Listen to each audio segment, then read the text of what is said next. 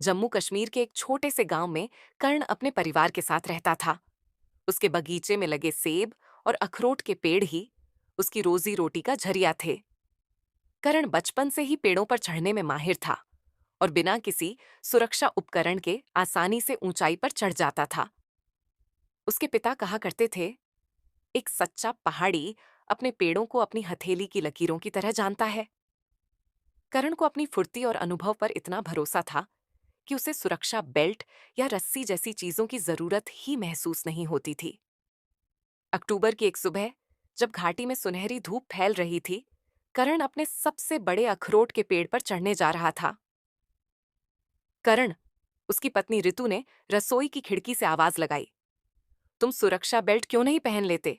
करण मुस्कुराया, मुझे इसकी जरूरत नहीं है। मैं बचपन से पेड़ पर चढ़ता आ रहा हूं। अरे, वो सब शहर वालों की फालतू की चिंता है, कहकर करण पेड़ पर चढ़ने लगा। कुछ ही देर में वह आधे पेड़ तक पहुंच गया और अखरोट तोड़ने लगा। जब उसने ऊपर की पतली शाखा पर चढ़कर एक बड़े अखरोट के गुच्छे की ओर हाथ बढ़ाया, तभी चर्रर, शाखा टूट गई।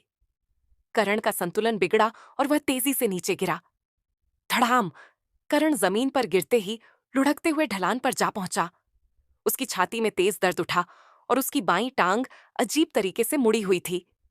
आंगन में खड़ी रितु ने उसकी चीख सुनी तो दौड़ पड़ी। अस्पताल में डॉक्टर ने बताया कि करण की टांग टूट गई थी और उसकी पसलियों में चोट आई थी। डॉक्टर ने कहा, अगर तुमने सुरक्षा बेल्ट पहनी होती तो यह हादसा टल सकता था। करण के लिए यह सुनना मुश्किल था। उसकी गैर मौजूदगी में अखरोट का मौसम निकल गया और परिवार की आमदनी पर असर पड़ा। कुछ हफ्तों बाद उसका बेटा आरव उसके पास आया। उसके हाथ में वही सुरक्षा बेल्ट थी। पापा, जब आप ठीक हो जाओगे तो क्या आप मुझे इसे पहनना सिखाएंगे?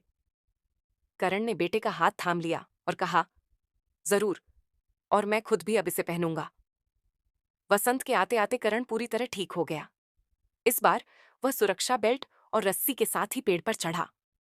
वह पहले से कहीं ज्यादा आत्मविश्वास महसूस कर रहा था, क्योंकि अब वह सुरक्षित था। नीचे खड़ी ऋतु और आरव मुस्कुरा रहे थे। आरव ने गर्व से कहा, पापा, अब सुरक्षित हैं।